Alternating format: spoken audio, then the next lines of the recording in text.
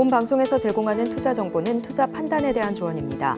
방송에서 제공하는 주식의 가치, 가격 상승 및 하락에 대해서는 방송사에서 보장하지 않습니다.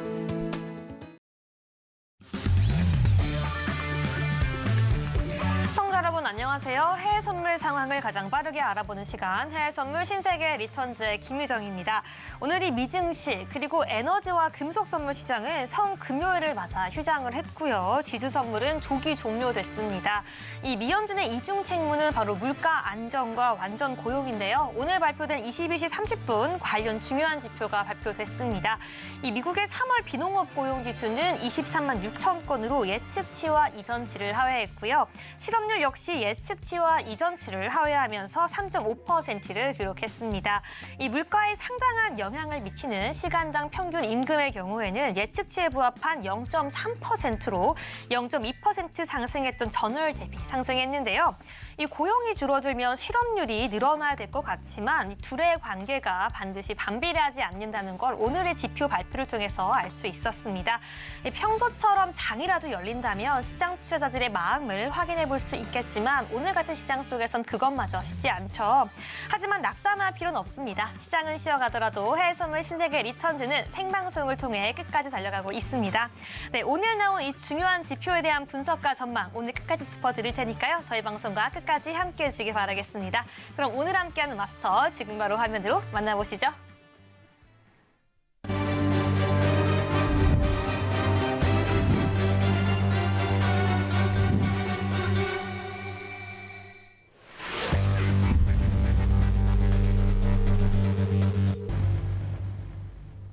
네, 금요일은 천명 마스터와 함께합니다. 안녕하세요. 안녕하세요. 네, 시청자분들께도 인사 부탁드릴게요. 네, 시청자 여러분 반갑습니다. 어제 이어서 오늘 또 뵙네요. 그만큼 오늘 중요한 날이죠. 그래서 오늘 제가 이 자리에 참석한 만큼 최선을 다해서 오늘 방송 1시간 이끌어 가 보고요. 자, 9시 반에 3대 지수를 어떤 변곡점이 될 만한 그런 중요 지표들이 많이 나왔습니다. 네, 예상치에 부합된 것도 있고 안 된 것도 있는데 잠시 후에 제가 설명을 좀 드리고요. 어쨌든 뭐 오늘 금요일입니다. 즐거운 그 금요일이죠. 또 한 주들 여러분들 정말 열성을 다해서 투자를 하시느라고 고생들 많으셨습니다. 자, 내일이면 주말이니까 오늘 날씨가 좀 쌀쌀하죠? 그죠? 비가 와서 그런지 공기는 일단 좋습니다. 또 일교차가 심하니까 감기 조심하시고 내일 또 나가서 가족들하고 나들이도 하시면서 즐거운 주말을 또 보내시길 바라겠습니다. 자, 오늘도 많이 준비해왔습니다. 좀 이따가 잠시 후에 알찬 정보 우리 시청자 여러분께 말씀드리는 그런 시간을 갖도록 하겠습니다. 잠시 후에 뵙겠습니다. 이상입니다. 네, 오늘 시장은 쉬어가지만 오늘 같은 날일수록 우리의 내실을 다져야 할 가장 중요한 시간일 텐데요. 먼저 천명 마스터와 함께 이 주요 지표 함께 짚어보도록 하겠습니다. 네, 천명 마스터님, 이 고용과 관련된 중요한 지표가 발표가 되었습니다. 이 고용은 둔화됐지만 실업률은 또 하락을 했는데요. 오늘의 발표치 예상하셨는지 어떻게 보셨는지 함께 짚어보도록 하겠습니다. 네, 일단 오늘 어때 조기 폐장이 됐죠. 네. 그리고 또 3대 지수는 이제 오늘 뉴욕장은 아예 휴장이고 그래서 상당히 이제 결과를 좀 보면서 그래도 좀 주말을 보내고 싶었는데 결과를 보기에는 너무나도 짧은 시간. 그래서 일단은 자 월요일 날 어떻게 될지는 일단 뚜껑을 열어봐야지 알아요. 근데 제가 이제 미리 예측을 한번 하면서 지표를 보면서 간단하게 좀 설명을 드리겠습니다. 자 일단 먼저 실업률이죠. 실업률 그죠? 실업률이 3.5%. 자 전월 대비 0.1% 상승이 됐단 말이에요. 자, 그럼 이게 작년 12월로 지금 회귀가 됐어요. 그럼 이건 일단은 안 좋은 거죠. 일단, 그죠? 자, 그 다음에 중요한 게 이제 평균 시급이에요. 초근업 물가. 그러니까 파월이 항상 바라보는 게 시급입니다. 시급. 자, 시급은 어떻습니까? 이것도 전월 0.2였단 말이에요. 자, 예상치보다 포캐스트보다 높게 나왔어요. 0.3. 이것도 1월로 다시 회귀. 자, 이거는 어떻게 됩니까? 연준이 자, 금리를 더 높이 올릴 수 있는 어떤 명분이 되겠죠. 그죠? 자, 그 다음에 제일 마지막으로 봐야 될 게 뭐가 있냐. 자, 매일 마지막으로 봐야 될 게 이제 저거. 네. 비농장 급여죠. 비농장 급여. 네. 자, 비농장 급여가 지금 보시면 자, 저번 예측치보다 많이 하회를 했어요. 자, 근데 이게 하회를 저는 했다고 지금 생각을 하지 않습니다. 좀 이따 제가 시향할 때 말씀드리겠지만 이게 빅테크 기업들이 감원 바람을 많이 했죠. 그죠? 자, 그걸 과연 뺐을 때 과연 이거를 그렇게 바라봐야 되느냐.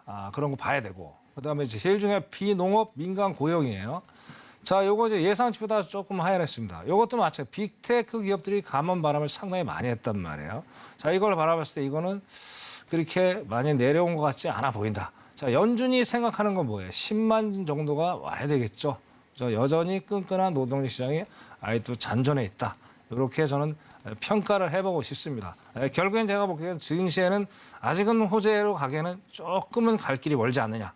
그렇게 이 지표를 보면서 판단을 해보고요. 자, 중요한 거는 어떻게 돼요? 자, 어쨌든 시장이 만약에 비농업 민간 고용에다 포커스를 맞추면 어떻게 돼요? 주식은 상승이 돼야 되겠죠. 자, 그러면 어떻게 돼요? 금리가 어떻게 동결이 되는 게 맞겠죠? 자, 배드워치 보고 제가 한번 짚어드릴게요. 배드워치 잠깐 보고 이거 정리하겠습니다. 네. 자, 배드워치 어떻습니까? 딱 보니까 답이 나오죠. 자, 왼쪽이 동결입니다. 동결인데 잠깐만 내려볼게요. 네. 자, 동결인데 자, 불과 어제만 해도 어땠습니까? 어제만 해도 동결이 50.8%였어요. 그다음에 0.25가 49.2%였어요. 그러니까 51%, 42%. 그럼 결국엔 동결에 더 무게가 실렸죠. 근데 지금 이제 지표가 발표가 되고 나서 완전히 손바뀜이 이루어졌어요. 그래서 지금 동결이 29.3% 그리고 0.25가 70.7%예요. 자, 기본적으로 과거 레퍼런스를 보게 되면 일단 70% 이상이 되면 무지가 그쪽으로 더 많이 실립니다. 그래서 자, 아까 비농업이 줄어들었을 때 금리를 더 올린다는 거는 뭡니까? 아직은 연준이 해야 될 일이 많다. 그리고 한 번의 데이터를 보고는 이 시장을 어떤 동결의 어떤 인플레의 어떤 하락장이라고 보기에는 상당히 무리수가 있다. 그래서 시장을 이렇게 판단하는 것 같습니다. 그래서 일단은 월요일 날 봅시다. 월요일 날 보고 시장이 어떻게 움직이는지 그렇게 봐야 될 것 같습니다. 여기까지 하겠습니다. 이상입니다. 네, 천명 마스터와 함께 오늘 발표된 이 고용 지표와 함께 분석을 해봤는데요. 지금 시장에서는 여전히 끈끈한 노동 시장임을 확인할 수 있었습니다. 네, 계속해서 월요일 시장 대응할 수 있는 전략 방송 이후에도 남아 있습니다. 핸드폰 기본 카메라 켜서 앞에 있는 QR코드 스캔해 주셔야지 천명 마스터와 주말 사이에도 그리고 월요일에도 장중에 함께 대응할 수 있으니까요. 지금 바로 들어오셔서 함께 해주시기 바라겠습니다. 네, 그럼 이번에는 오늘의 이 시장 투자자들이 가장 관심 있게 봤던 뉴스 함께 점검해 보겠습니다. 글로벌 핫이슈 지금 바로 화면으로 만나보시죠. 네, 먼저 첫 번째 뉴스입니다. 월스트리트 저널에 따르면 주식에 대한 매력이 2008년 금융위기 이후 가장 크게 떨어지고 있는 것으로 분석됐습니다. 채권 수익률이 급등하고 기업 실적이 어두워지면서 이 채권보다는 주식을 소유하는 데 따른 이익이 적을 것이라는 관측이 나오고 있기 때문인데요. 상대적으로 안전한 채권보다는 훨씬 높은 수익을 주던 주식 투자의 효과가 크게 줄어들었다는 의견입니다. 다음으로는 두 번째 뉴스입니다. 최근 미국 상업용 모기지 담보채권의 가격이 팬데믹 초기 이후 가장 낮은 수준으로 떨어지면서 오피스의 공실과 금리 상승이 경제에 점점 더 큰 위협으로 다가오고 있다고 월스트리트 저널이 보도했습니다. 최근 이 실리콘밸리 은행의 파산으로 지역은행들이 위험 감수를 줄이고 상업용 부동산 대출을 더 꺼릴 수 있다는 우려에서인데요. 부동산 소유주의 기존 부채 차환이 더욱더 어려워질 수 있는 상황이 되었습니다. 이로써 전문가들은 이 지역은행이 어려움에 부닥치면 전체 대출이 줄어들고 경제 성장률까지 악화시킬 수 있다고 경고했습니다. 마지막으로 세 번째 뉴스입니다. 웰스파고는 달러엔 환율이 계속 떨어져서 오는 4분기에는 124엔 선까지 낮아질 것으로 전망했습니다. 웰스파고는 7일 보고서를 통해서 일본은행이 오는 4분기에 정책 조정을 단행할 것이라며 일본은행의 정책 조정은 일본 장기 금리를 끌어올릴 것이기 때문에 엔화에 대한 중기적인 전망치도 높여야 한다고 강조했는데요. 이에 따라 일본은행은 오는 4분기를 전술적인 기회로 삼을 것이라며 시기적인 측면에서는 10월 회의가 될 것으로 보인다고 예측했습니다. 네, 그럼 글로벌 핫이슈 한 개씩 천명 마스터와 함께 점검해 보도록 하겠습니다. 네, 마스터님, 먼저 첫 번째 이슈 함께 점검해 보시죠. 네, 지금 일단 S&P 500의 수익률이 2007년 이후에 최저치를 기록하고 있고요. 일단 시장에서는 주식에 대한 좀 이 메리트라고 해야 될까요? 이 가치가 점점 하락하고 있는 분위기가 돌고 있습니다. 어떻게 보면은 그간 조금 더 사람들의 생각이 반대가 되듯이 채권의 수익률이 조금 더 높지 않을까라는 생각이 시장에서는 지배적인 건데요. 네, 계속되고 있는 이 금리 인상도 영향을 끼치고 있고요. 시장에서는 경기 침체 우려 다양한 불안감들이 반영이 되고 있습니다. 네, 어떻게 보시는지 저희 의견 한번 들어볼게요. 네. 자, 일단은 뭐 어제 골드에 대해서도 제가 잠깐 말씀을 드렸던 것 같습니다.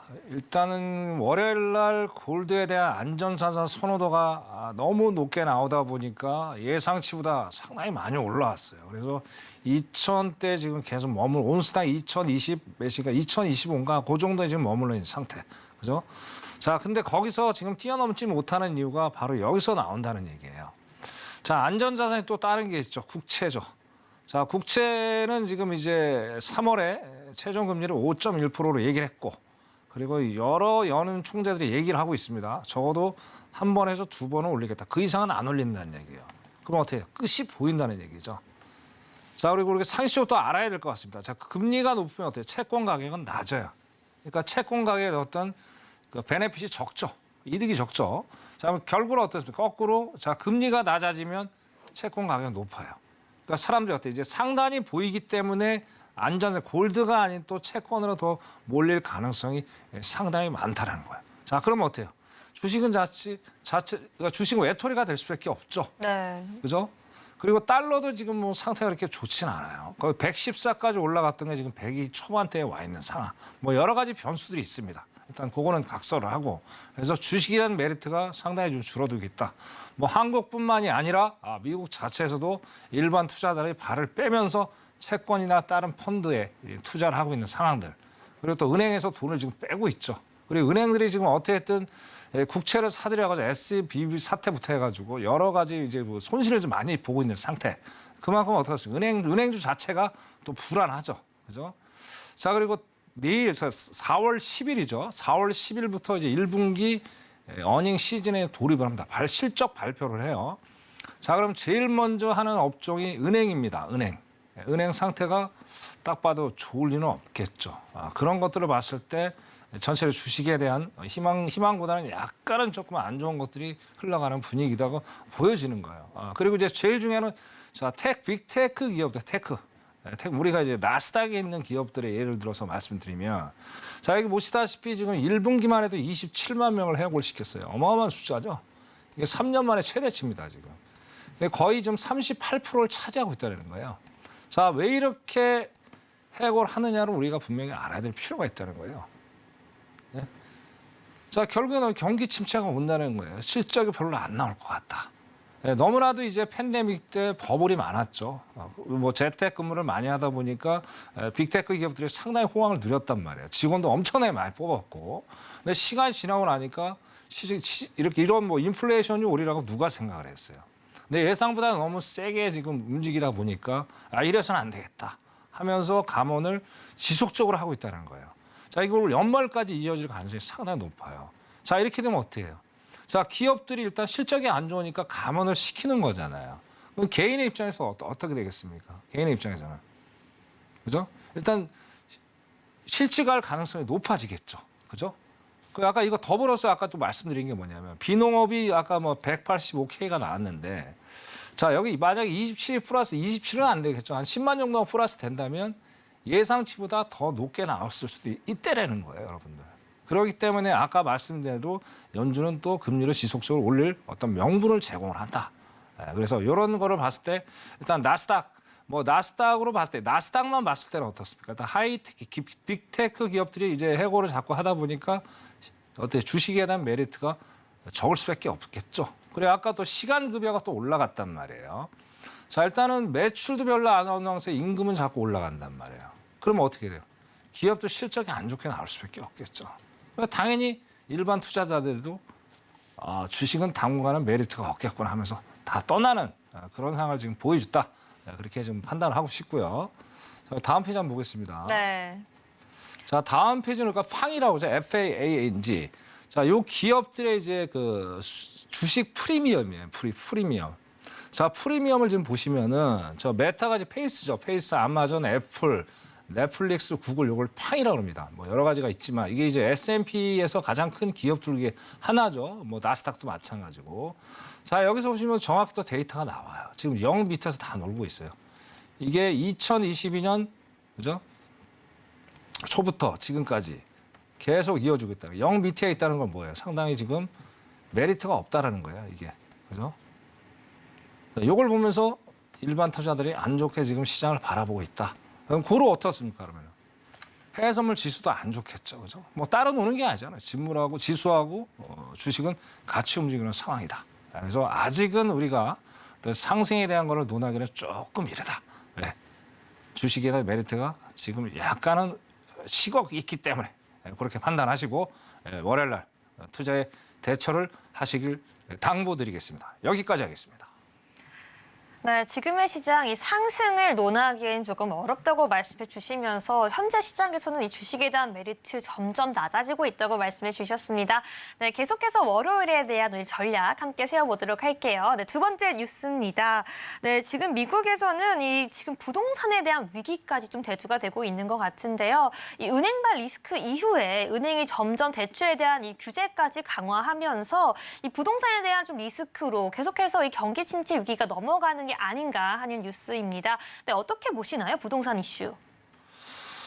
저 부동산 이슈는 내가 저번 주에도 저저번 주인가 한번 또 말씀을 드렸던 그쵸, 것 같아요. 네. 파월이 이제 2월 달에 또 이제 기자회견에서 이런 얘기를 했단 말이에요. 뭐 여러 가지 진짜 은행 위기는 우리가 발빠르게 대처를 해서 일단 큰 문제가 없게 일단 종식이 시킬 수 있다는 얘기를 이제 언론 플레이를 했고, 그죠? 자, 그런데 여전히 그 다음에 이제 한 얘기가 상업용 부동산을 유심히 지금 쳐다보고 있다라는 얘기를 했어요. 자, 이걸 잠깐 우리가 저 연방 정부 차원에서 좀 생각을 좀 해볼 필요가 있습니다. 자, 일단은 저 뉴욕하고 월가는 뉴욕이죠. 네. 그다음에 샌프란시스코가 어디 있습니까? 실리콘밸리 있잖아요, 그죠? 거기는 IT 기업의 동네란 말이에요. 자, 월가가 한 10년 동안 안 좋았죠. 재미가 별로 없었죠. 제로금리 때문에 뭐 돈도 그렇게 수익률이 없었고. 자, 그리고 미국은 12개 지방 정부로 구성이 돼 있어요. 우리나라처럼 뭐 중앙 정부 밑에 뭐 지방 자치제가 있지만 힘이 없잖아요. 그죠? 근데 미국은 다릅니다. 각 지방 정부별로 지네끼리 어떤 싸움을 해요. 어떤 기득권 싸움을. 그래서 나라가 그냥 12개 있다. 그렇게 보시면 돼요. 그러다 보니까 월가가 재미가 없었어요. 뉴욕이. 그러다 보니까 이번에 어떻게 돼요? 제대로 뭐 때를 만난 거죠. 그러다 보니까 뭐 엄청나게 지금 끌어올리고 자산 가치로 끌어올리고 거기에 반해서 샌프란시스코는 지금 완전히 맛이 간 상태예요. 그래서 지금 저번에 제가 보여줬죠. 공시를 보여줬죠. 그죠? 자, 샌프란시스코의 공시률이 제일 높아요. 그 실리콘밸리 또 거기 있잖아요. 그래서 아까 말씀드린 IT하고 스타트업 기업이 다 있는 데가 샌프란시스코예요. 뭐 다른 지역도 뭐 상태가 이렇게 좋은 건 아닌데 샌프란시스코는 상당히 지금 상태가 안 좋다. 이게 바로 이제 CMBS 부동산 담보 증권입니다. 이게 바로. 자, 이게 지금 2개월 연체율이 그러니까 2월에 연체율이 그러니까 지속적으로 증가를 하고 있다는 거예요. 이게 뭐냐면 2020년 6월 이후로 두 번째로 가장 큰 증가율. 이제 3.12% 지금 올라가 있잖아요. 그죠? 자, 연체가 자꾸 이제 내관이 쌓이겠죠. 이거는 더 연체는 더 올라갈 수밖에 없다고 저는 생각합니다. 왜? 자, 아까 서두에 말씀드린 대로 자, 연준이 적어도 한 번에서 두 번은 더 올릴 거란 말이에요. 그죠? 자, 근데 이게 갑작스럽게 이제 이 은행발 위기가 닥쳤던 거는 뭐냐면 작년에 엄청나게 많이 올렸잖아요. 그죠? 올렸기 때문에 좀 늦게 다가온 것 뿐이에요. 자, 그런데 서서히 시간을 끌면 이제 2008년 글로벌 금융위기 정도는 아니겠지만은 서서히 가랑비에 옷 젖듯이 상당 기간 이 상업용 부동산 은행에 대한 위기가 상당 기간 길어질 수 있겠다라고 이 표를 보면서 제가 말씀을 드리는 거예요. 그래서 여기 여러 가지 이제 뭐 빌딩 상업용 부동산이 되게 업종이 많죠. 근데 여기서 보면 소매업들이 연체율이 가장 높아요. 소매업들이. 그죠? 이게 지금 연체율이 또 어떠냐면 11.3% 여기 보시다면 2020년 말에는 5.7%였는데 지금 11.3%예요. 이거 상당히 심각한 거죠. 그죠? 그래서 지금 뭐 클래스 B급, C급 대출 대부분이 채무 불이행이 될 가능성이 상당히 높겠다라고 보는 거예요. 자, 그럼 아까 말씀드렸던 한 번에서 두 번 정도 금리를 올리게 되면 어떻게 되겠습니까? 상태가 안 좋아질 수밖에 없겠죠. 네. 그렇죠? 그렇죠. 누가 봐도 뭐 이거 명확 가난 사실이에요. 그리고 저번에도 말씀드렸지만 미국의 500개 중소형 은행들도 상태가 지금 상당히 안 좋습니다. 지금 계속 언제든지 표출될 가능성이 상당히 많고 또 JC모건의 CEO도 그런 발언을 은행에 대한 위기를 계속 대두를 시키고 있고 그런 상황들이에요. 근데 뭐 다시 말씀하면 어차피 연준은 그때 파월이 3월달에 그 얘기를 했잖아요. 일단 은행 자체가 이렇게 되면 신용 경색이 일어나면서 대출 자체를 좀 안 해주는 기업이나 개인한테 그럼 이거는 금리를 올리는 그런 효과가 있다. 그럼 연준 입장에 또 좋을 수도 있겠지만 개인이나 어떻습니까? 기업에서는 상당히 안 좋겠죠. 그래서 어떻게 됐든 이 상업용 부동산은 상당한 내각이 될 수 있고요. 언제든지 한번 터지게 되면 어떻게 돼요? 상당히 회오리가 몰아칠 수 있는 여지가 있겠다. 볼 수 있겠습니다. 그래서 항상 우리 시청자들 요 상태를 보시면서 어떤 투자의 방향을 정확히 잡아 나가기를 당부드리겠습니다. 여기까지 하겠습니다. 네, 연준의 입장에서는 이 금리 인상의 효과가 있지만 상업용 부동산에게 있어서는 좀 안 좋은 리스크가 계속 커질 수가 있다라는 의견 주셨는데요. 네, 계속해서 저희 방송과 함께 하시면서 실시간 시황 시장 함께 체크해 가시기 바라겠습니다. 네, 마지막 세 번째 이슈까지 함께 짚어보도록 할게요. 일단은 이번에는 달러엔 환율입니다. 이 일본 시장으로 넘어와서 지금 일본 시장이 계속해서 지금 이 달러엔 4분기에 124엔까지 지금 시장에서 전망을 하고 있는데요. 지금 일단은 4분기를 전술적인 기회로 보면서 한 10월에 예정되어 있는 회기에 좀 이 새로운 장기금리 인상에 대한 예측이 나오고 있습니다. 어떻게 보면 필요하겠지만 또 어떻게 보면 일본에서도 부담이 될 수 있고 지금 시장에서는 좀 어떻게 더 전망이 되고 있는지 우리 마스터님의 의견 한번 들어볼게요. 참 이러지도 못하고 저러지도 못하는 상황에 처해 있는 게 아닌가. 그렇죠. 이번에 이제 총리가 오늘 구로다 총재가 오늘 만기죠. 취임 만기에서 오늘 기자회견하면서 자기 자랑을 되게 하고 갔어요. 네. 뭐 우리는 그러니까 일본 역사상 가장 오래된 임기를 채웠죠. 10년을 했어요. 2013년부터.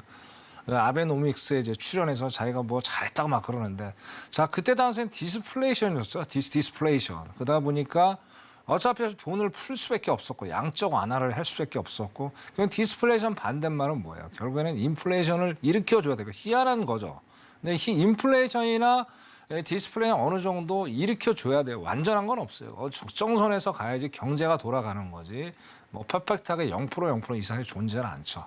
자 그렇게 했는데 어떻게 됐든 실패는 했어요. 솔직한 얘기로. 왜 그러느냐.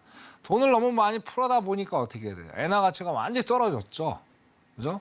그러니까 뭐 그러다 보니까 어때요. 뭐 물가를 또 올리려고 했는데 물가는 또 안 올라가고. 엔화 가치만 떨어지고 돈만 엄청나게 풀어제끼고. 그러다 보니까 어때요. 그 BOJ 자체에서 국채 매입을 엄청나게 많이 했어요. 그 국채가 어마어마하게 지금 쌓였는데 그걸 이제 어떻게 또 해결할 거냐가 문제예요. 그럼 결국엔 뭐예요? 자, 금리를 올려서 해결을 해야 되는데 자, 이번에 새로 바뀌는 우에다 총재가 YCC 정책 아시죠? 돈 푸는 거 양적 완화해서 자, 그거에 손을 대겠다 강한 불만을 표출을 했단 말이에요. 과연 그게 쉬울까라는 좀 퀘션을 일단 제기를 해보고 싶어요. 네. 무슨 얘기냐면 자, 아까 뭐 잠깐 뉴스를 봤는데 11개월째 지금 이제 임금이 하락하고 있다는 거예요. 임금이 하락하고 있으면 어떻게 해요? 사람이 살 여력이 없겠죠. 그럼 인플레이션이 온 거잖아요. 네. 인플레이션 금리 올려야 되잖아요. 그럼 지금 금리 올릴 수 있습니까? 뭘 올리지? 지금 금리 기업들 지금 개인들 지금 대출 받았는데 이거 금리 올리면 이거 답 안 나온다는 얘기예요. 지금 그런 상황. 그래서 이러지도 못하고 저러지도 못한다. 근데 결국에는 제가 보기에는 뭐 아까 앵커님 말씀하신 대로 적어도 4분기 쪽에는 엔화 가치가 분명히 값어치가 하락할 가능성이 높아요. 왜 그러냐면 자 어떻게 됐든 이제 달러도 안정화가 될 수밖에 없겠죠. 아까 말씀드린 대로 자 현재는 100이 가 있지만 킹 달러 그런 시대는 이제 오지를 않습니다. 왜냐하면 위안화의 어떤 경쟁 구도도 지금 존재하고 있고 자 그다음에 이제 연준의 최종 금리가 나올 거 아니에요. 그럼 이제 달러에 대한 어떤 사람들이 그러니까 위험 자산이지만 달러에 대한 투자는 별로 메리트가 없다 생각하고 달러는 일단 던질 거라고 생각을 해요. 자, 그러면 제가 한 2월인가 이 말씀을 드렸던 것 같아요. 2월 달에. 자, 엔화가 한 5월 달에 6월 달 정도면 그때 투자 시가 아주 적기라고 말씀을 드렸던 것 같아요. 그죠? 그와 더불어서 또 제가 작년 8월, 9월인가 그때도 제가 페리티 날 때 유로, 그죠?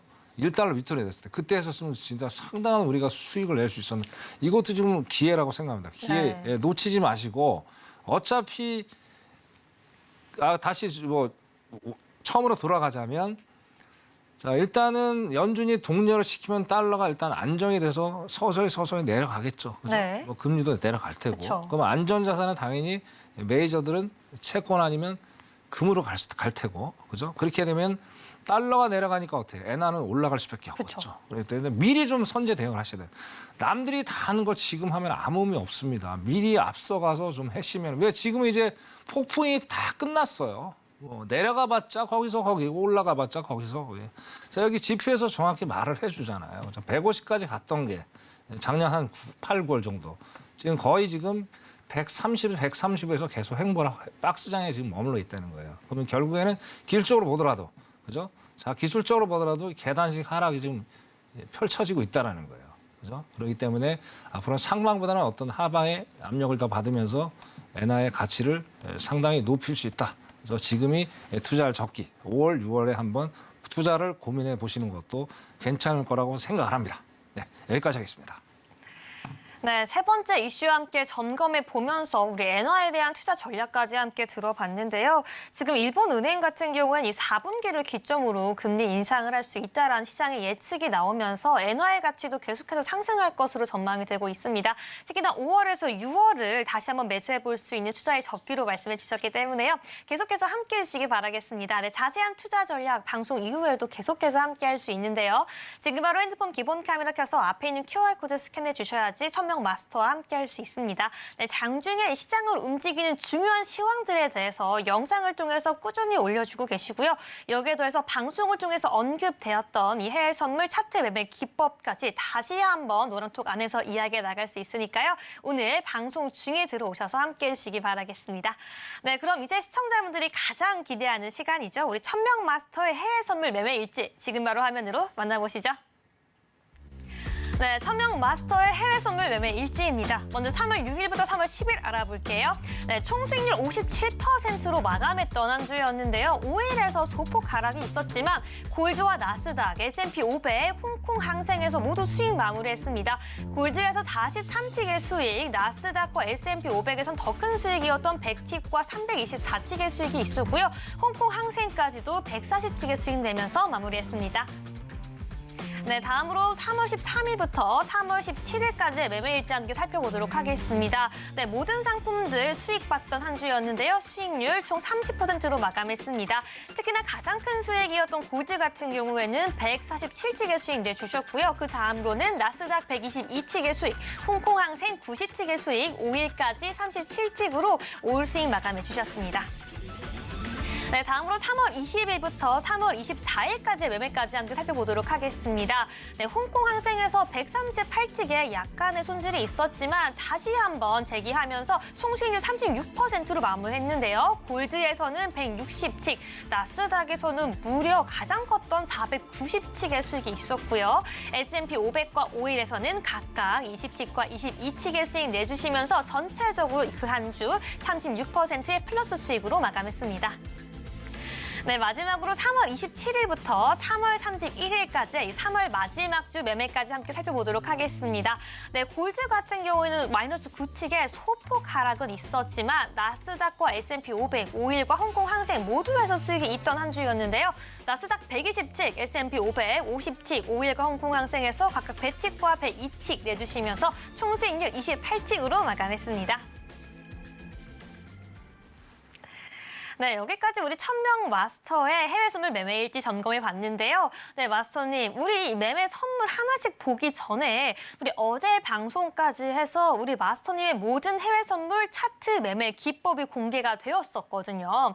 그렇기 때문에 오늘 이 한 주를 마무리하고 다음 주를 대비하는 마음으로 한번 리뷰하고 복습하는 시간 가져보도록 하겠습니다. 우리 시청자분들이 해외 선물을 매매하고 해외 선물 이 상품 차트를 볼 때 있어서 가장 중요하게 우리가 봐야 하는 차트 기법 함께 리뷰해 볼게요. 네. 자, 제가 총 3가지를 설명을 드렸던 것 같고요. 거기에 대해서 제가 시간관계상 너무나 시간이 타이트하다 보니까 길게 설명을 드릴 수는 없을 것 같아요. 그래서 오늘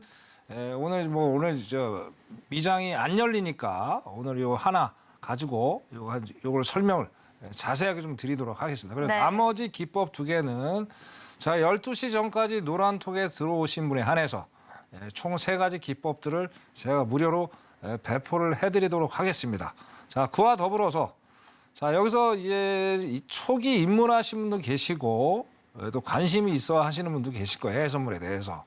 자 그러면 기초 과정부터 시작해서 초급, 중급 과정까지 제가 별도로 또 교육을 시켜주려는 그런 시간들도 있고요. 자 여기와 더불어서 뭐냐? 자 해외 선물이 참 복잡하면서도 공부할 게 많습니다. 특히 경제 용어들이 상당히 많죠, 그죠? 자 도대체 뭐가 뭔지 모르겠어. 자 그 경제 용어도 제가 매일 영상을 찍어서 우리 시청자에 배포를 해드릴 계획을 하고 있습니다. 그래서 짧게 그래서 뭐 우리가 이제 뭐 지수들도 있고 여러 가지들 많잖아요. 그런 것도 알기 쉽게 해드릴 거니까 노란톡에 들어오시면 아주 알찬 정보로 얻어가실 수 있고 상식도 넓혀갈 수 있겠죠. 그렇게 오시면 될 것 같습니다. 자 오늘 소개시켜드릴 거는 이제 뭐 주식하시는 분들한테도 상당히 유용한 그런 기법이 될 수가 있습니다. 지금 무슨 얘기냐? 단기적인 추세를 우리는 알고 싶어요. 되게 알고 싶어 해요. 그죠? 저거 결과적으로 단기적인 추세를 모르면 우리가 어떤 투자의 방향을 정확히 알 수가 없어요. 그래서 단기적인 추세를 여러분이 이걸 제 기법을 가지고 공부를 많이 하신다면 상당히 투자하는데 용이하겠다 말씀을 드리고 싶어요. 자, 이 단기적 추세를 제가 하는 거는 2가지의 어떤 지표를 사용해서 활용을 합니다. 자, 첫 번째가 MACD라는 거예요. 자, 이거 추세 보조 지표죠. 추세 보조 지표. 근데 추세 보조 지표는 상당히 많습니다. 근데 제가 27년을 써보니까 이게 제일 좋더라는 거예요. 자, 써보니까 제일 좋은 거는 그대로 계속 밀어붙이면 되는 거예요. 이것저것 하면 안 되는 거예요. 자, 여러분들 이제 초급이고 중급 되시는 분들은 막 이것저것 막 해보시려고 하는데 그럴 필요 없어요. 하나라도 잘 하시면은요, 언제든지 여러분들 안전하게 수익을 낼 수 있습니다. 그래서 뭐 이 MACD를 제가 적극 추천하니까 이걸 활용하셔서 활용하시기를 말씀드리고, 자, 이게 뭐 어떤 문제가 있냐면, 자, 기본적으로 우리가 이제 뭐죠? 증권사에서 기본 화면이 딱 뜨잖아요. 그죠? 그리고 이제 기본 지표. 거기 보면 이동평균선이 상당히 많죠. 근데 되게 불규칙적이에요. 그래서 이 보조 지표를 활용해서 좀 불규칙성을 좀 제거하자. 그러기 위해서 MACD를 활용하는 거예요. 괜히 활용하는 게 아닙니다. 그래서 왜 활용하는지도 우리가 상식적으로 알고 뭐 GP 지금 100점 100승이잖아요. 그것도 알 필요 있겠다. 그래서 MACD 일단 활용을 제가 하고요. 자, 2번째로 이동평균선입니다. 이동평균선. 자, 이동평균선이 5일부터 뭐 다 240일 뭐 여러 가지 360도 있고 많죠. 480까지 있는데 자, 그렇게까지는 사용하지 않고 저는 보통 5일 이평선부터 240 이평선까지 활용합니다. 그래서 다 우리가 매일 매매를 하시잖아요. 매일. 그죠? 매일 매매를 하시기 때문에 어떻게 돼요? 자, 가장 단기적인 추세 라인이 나와야 돼요. 추세 이평선이 나죠. 그럼 그걸 62평선을 가지고 단기적인 어떤 방향성, 상방, 하방을 정합니다. 그래서 62평선 가지고 우하향이면 매도겠죠. 우상향이면 매수. 그러면 이게 결국엔 뭐예요? 주식하고도 상충되는 거죠. 네. 요거 가지고 또 여기 좀 지금 시청자분들 중에 주식 지금 하시는 분들도 계시니까 요거 한번 들어오셔가지고 노란톡에 활용해 보시면 쏠쏠합니다. 활용하시길 바라겠고요. 자, 이제 본격적으로 이제 사용하는 건 딱 2개밖에 없다. MACD 62평선. 간단하죠. 자, 이렇게 하고 이제 본격적으로 우리가 한번 매매를 해봐야 되겠죠. 그죠? 투자를 한번 해봐야 되겠죠. 자, 여기에 보시면 이제 나스닥입니다. 나스닥. 오늘은 장이 안 열리기 때문에 샘플을 제가 갖고 온 거고. 네. 자, 일단은 이제 MACD 활용해서 매도 매수 시그널만 우리가 확인하시면 돼요. 이거 뭐 증권사마다 다 다르니까 그거는 뭐 세팅은 다 비슷하니까 뭐 증권사 다르다고 뭐 염려하실 필요 없고요. 자, 일단은 매수에 대한 걸 한번 보겠습니다. 자, 여기 동그라미 보시면 이게 MACD예요. 자, MACD가 시그널이 이제 빨간 게 나왔어요. 그러면 이제 매수에 대한 시그널이에요. 자, 근데 여기서 끝나는 게 아니라 얘가 각도가 조금 나와줘야 돼요. 각도가. 이 기울기 있죠? 이 기울기가 35도 정도 이상, 35도 이상 나왔을 때 진입을 타점을 찾는 게 가장 안전한 방법입니다. 자, 어쨌든 매수 신호에 대한 어떤 시그널이 나왔다고 예를 들어보자고요. 자, 들은 다음에 저 바로 위에 이평선을 확인하시는 거예요. 이 빨간 게 이평선입니다. 여기 말고 이제 5일도 있고 뭐 20일 있고 뭐 여러 가지인데 그것도 세팅을 해 놓으셔야 돼요. 일단 60일만 제가 보여드린 거고. 자, 여기서 5일 이평선하고 이제 55일하고 60일만 지금 보여드리는 거예요. 자, 5일 이평선이 일단은 60일 이평선을 골든 크로스가 이렇게 나와줘야 돼요. 골든 크로스가 나왔죠. 자, 이것도 35도 이상 각도가 꺾여야 돼요. 자, 근데 이제 골든 크로스 때 우리 시청자들 주의하실 점이 뭐냐면, 자, 골든 크로스 때는 어떤 거예요? 양봉이 나와줘야 되겠죠. 자, 음봉이 나오거나 여기 60 라인에 걸쳐 있으면 어떻습니까? 상태가 안 좋아요. 그래서 완전하게 안착을 했을 때, 60일 평선을 벗어났을 때, 그때 진입의 포인트를 가져가면 어때요? 안정적으로 요 정도가 되겠네요. 요 정도, 그죠? 여기서 그 다음에 음봉에 대한 캔들이 나왔다고 두려워하실 필요가 없습니다. 이게 매직 구간이기 때문에 과감하게 진입을 해서 수익을 안전하게 내시면 돼요. 그런데 시간이 많이 이거 대여섯 시간 동안 수익 못 내죠. 이건 불가능한 얘기고. 자, 그럼 언젠가 내가 청산을 해야 되는 거잖아요. 그럼 MACD가 추세라고 말씀을 드렸죠. 그죠? 그럼 청산은 어디서 해야 돼요? 음봉의 시그널이 나오는 요 지점에서 청산을 해주시면 된다는 거예요. 그럼 요것도 이제 차트가 작아서 그렇지 이것도 수익이 상당히 큽니다. 이것만 해도 상당히 수익률이 크기 때문에 이렇게 수익을 낼 수 있다. 이게 바로 이제 매수에 대한 제 첫 번째 말씀이고요. 네. 자, 근데 매수만 있는 게 아니잖아요. 매도도 있어야 되잖아요. 어떤 매수만 있는 게 우리가 주식하는 사람들 해외 선물은 올라갈 때도 먹고 내려갈 때도 먹는 그런 아주 좋은 상품이기 때문에 자, 매도일 때도 먹을 수 있단 말이에요. 수익을. 자, 매도일 때는 어떻습니까? 반대로 또 생각하시면 돼요. 어렵게 생각할 필요가 없어요. 자, 매수니까 매도의 반대죠. 그죠? 자, 매도도 어떻습니까? 여기서는 이제 매도에 대한 시그널, 파란 게 나와줘야 되겠죠. 그죠? 자, 그런데 이제 각도가 똑같이 35도 이상, 이거는 더 많이 꺾였기 때문에 어떻게 내려갈 수 있는 소지가 충분히 많겠죠. 그죠? 많겠죠? 자, 그다음 위에 올라가 보시는 거예요. 아까 이것만 또 팁으로 아시면 돼요. 매수일 때는 5일 이평선이 제일 하단에 있어야 되고요. 하단. 자, 역으로 따지면 이제 매도니까 5일 이평선이 상단에 있어야 돼요. 상단. 그죠? 자, 그러니까 상단에 딱 존재를 하죠. 위에 있으면서 자, 진입을 해야 되는데 여기서 이제 골든 크로스가 아니라 데드 크로스가 나와줘야 되겠죠. 자, 얘도 마찬가지로 여기 60일 이평선에 걸치면 안 됩니다.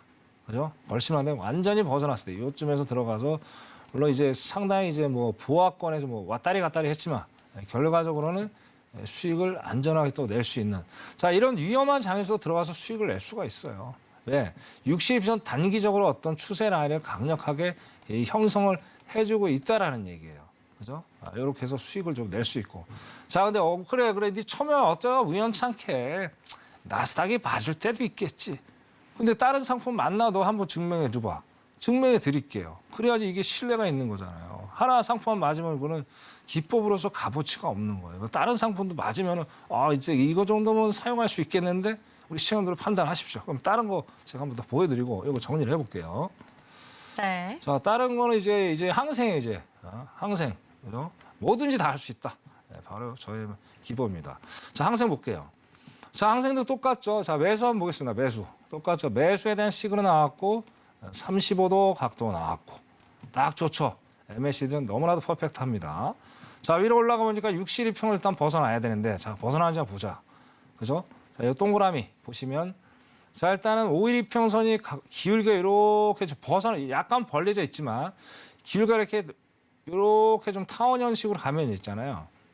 이거는 강하게 어떤 상승의 어떤 모멘텀을 만들어줄 수가 있어요. 그러면서 어떻게 벗어났죠? 그죠? 벗어나면서 어떻습니까?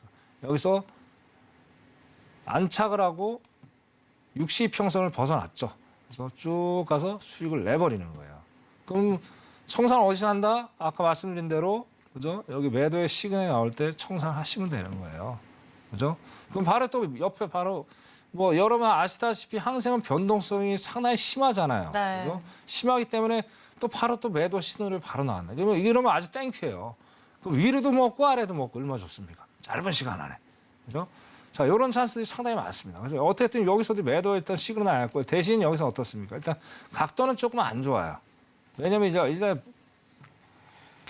매집 구간이죠. 매집 구간. 그러다 보니까 각도가 일단 관망을 해보는 거예요. 관망을 해보고 언제 또 들어간다 진입하는 거는 자, 이 60평선이 데드 크로스가 나올 때 들어가 보면 되는 거예요. 근데 좀 시간이 흘렀지만 어떻게 돼요? 아직 추세가 안 바뀌었잖아요. 추세가 안 바뀌었다는 건 뭐예요? 아직도 하방에 대한 어떤 추세가 계속 남아있다라는 거예요. 그죠? 자, 그럼 여기 데드 크로스 나와서 여기서 음봉 나왔을 때 딱 들어갔으면 돼요. 엄청난 수익을 낼 수 있겠죠. 왜? 아직까지도 추세가 음봉이잖아요. 양봉이 안 나왔잖아요. 그럼 끝까지 한번 가보는 거예요. 그죠? 네? 이렇게 수익을 낼 수 있다는 거예요. 결론은 뭐냐? 다시 말씀드리면 제가 지금 소개시키는 제 기법, 62평선을 활용한 거 이거는 나스닥에도 먹힐 수 있고 항생에도 먹힐 수 있고 또 고로 어디도 먹힐 수 있습니까? 주식에도 충분히 먹힐 수 있는 아주 신뢰성이 높은 27년의 노하우를 갖고 있는 저만의 기법이다라고 제가 감히 말씀을 드릴 수 있을 것 같습니다. 다시 한번 말씀드리겠습니다. 노란톡에 들어오셔서 자, 한번 보고 모르시겠죠? 제가 매일 에브리데이 우리 시청자분들 교육을 시켜드립니다. 오십시오. 꽃길을 걸어갑시다. 이상입니다. 네, 천명 마스터와 함께 우리 실전 투자에 바로 적용해 볼 수 있는 이 매매에 대한 이 차트 전략 함께 알아봤습니다. 네, 노란톡에 들어오시면 계속해서 교육 이어갈 수 있고요. 저희는 계속해서 우리 천명 마스터와 함께 매매일지 리뷰 함께 넘어가 보도록 하겠습니다. 네, 마스터님, 이번에는 3월 첫째 주에 대한 리뷰 한번 해보고 싶은데요. 네, 무려 57%의 수익률로 마감을 했습니다. 그중에서도 저는 가장 상승률이 컸던 이 S&P 500 먼저 짚고 넘어가고 싶은데요. S&P 500에 대해서 어떻게 저렇게 큰 수익을 낼 수 있었는지 어떤 추세를 바라보셨는지 함께 그 당시의 스토리 함께 들어볼게요. 네. 일단은 3월 달 첫째 주의 스토리는 첫째 주가 3월 6일이군요. 네, 3월 6일. 네. 자, 저때 스토리는 이제 저게 SCBB 사태가 터졌단 말이에요. 공휴일 금요일 날. 네. 자, 은행들은 기본적으로 사고 터트리는 게 다 금요일 날 터트려요. 왜? 토요일, 일요일 날 어떤 대책을 세우기 하기 위하기 때문에 일부러 터트리는 거예요. 저게 만약 월요일에 터트렸다, 그럼 난리 나죠. 네. 그죠? 옛날 블랙 프라이데이 때도 블랙 프라이데이 때도 터져갖고 그죠? 난리가 났었잖아요. 그죠? 그때 5, 6%까지 빠졌던 거로 기억이 나는데. 자, 그래서 어떻게든 주말에 뉴스를 제가 계속 예의주시해서 봤던 거예요. 그래서 여러분 정말 제가 당부드리는데 여러분들이 정말 안정적인 수익을 내고 싶으면 부지런해야 됩니다, 여러분. 정말 부지런해야 되거든요. 자, 해외 선물은 단순하게 차트만 보고 수익 낸다는 건 절대 불가능합니다. 그래서 시향, 리얼 시향, 달러 인덱스라고 말씀드렸죠. 달러 인덱스도 항상 보시면서 수익을 내야 돼요. 그래서 그렇게 해서 보셔야 되기 때문에 저는 주말에도 쉬지 않고 봅니다. 쉬는 시간 없습니다. 돈 벌어야죠. 그죠? 네. 그래서 자, 여기서 보시면 어떻습니까? 자, MACD가 딱 나오는 거예요. RSI, MACD. 근데 지금 RSI가 어떻습니까? 이 시간에 일단은 매수에 대한 시그널이 딱 나와줬단 말이에요. 그리고 시향까지 맞았단 말이에요. 이 시향이 이때 당시에 달러가 하락으로 전환됐어요. 제 이제 기법 하나 중에 이제 이 스텝 1부터 스텝 4까지 있어요. 스텝 4까지. 자, 여기에 스텝 1이 체크해야 될 게 달러 인덱스를 먼저 봐야 된다는 거예요. 그럼 달러 인덱스가 내려가면 어떻게 된다? 주식은 상승에 대한 반비례 관계를 갖고 있다고 분명히 말씀을 드렸어요. 그래서 이거 제 기법 보시면서 달러가 이게 맞는지도 확인을 또 해보셔야 돼요. 리얼하게. 그래서 어쨌든 이 당시에 달러 가치가 하락을 했단 말이에요. 그러다 보니까 계속적으로 지속적으로 상승을 했었고 그리고 스텝 2가 RSI가 또 매수에 대한 시간들이 강하게 각도가 나아져 버렸단 말이에요. 그죠? 그럼 스텝 2까지 완전히 맞죠? 그죠? 자, 그 다음에 스텝 3 이것도 아직은 뭐 박스권이었지만은 어떻게든 매수에 대한 시그널이 계속 이어져 왔다라는 거예요. 자, 그다음에 마지막으로 해야 될 게 뭐예요? 자, 5일 이평선이 강하게 기울기가 나와줘야지 상방으로 그러니까 위로 올라가는 그런 기울기가 나왔을 때 강한 상방의 어떤 모멘텀을 맞는다고 아까도 제 교육할 때 말씀을 드렸죠. 그러면서 5일 이평선, 20평선을 일단은 뚫고 올라가는 형국을 좀 보여줬고, 그죠?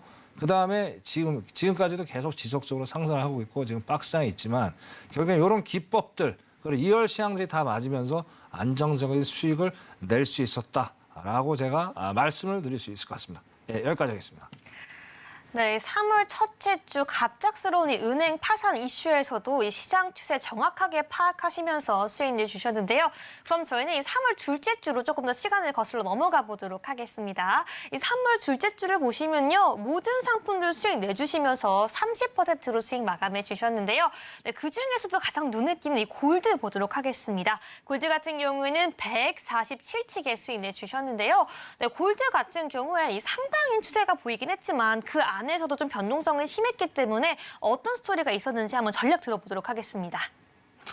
네, 요거는 뭐 리얼 시향은 뒤로 하고요. 일단 시향은 뒤로, 리얼 시향, 달러. 요것도 똑같은 얘기입니다. 아까 스텝 1.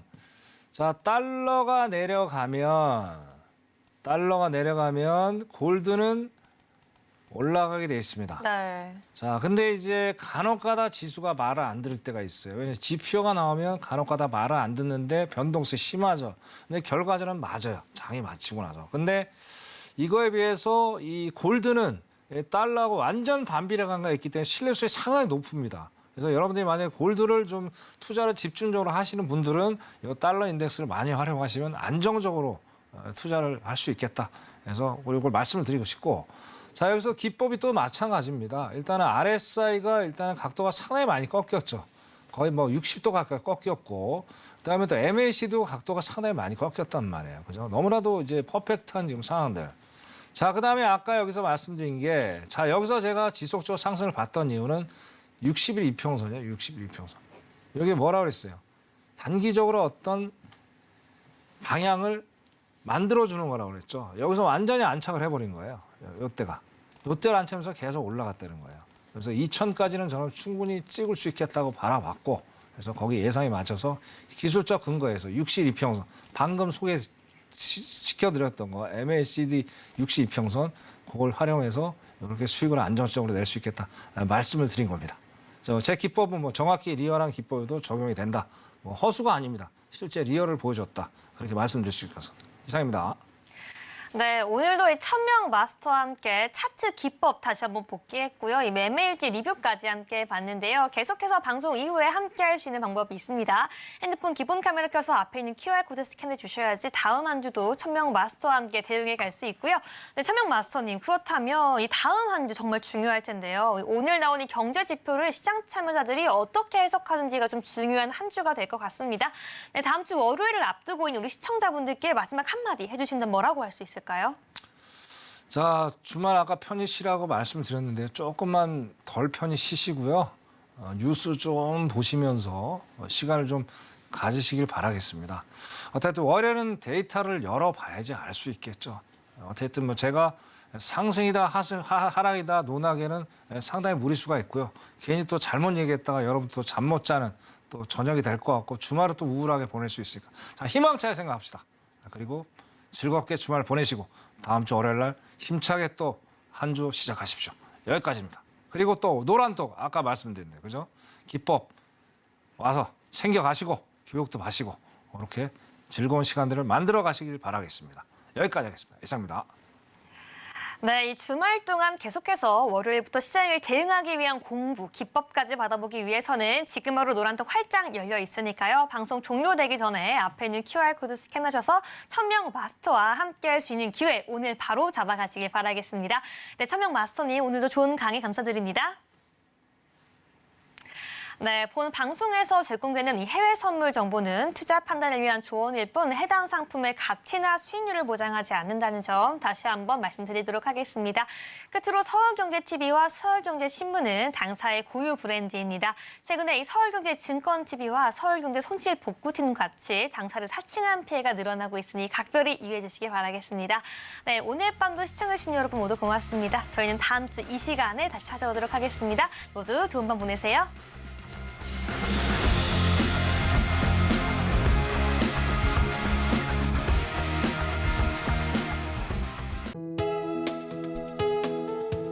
본 방송에서 제공하는 투자 정보는 투자 판단에 대한 조언입니다.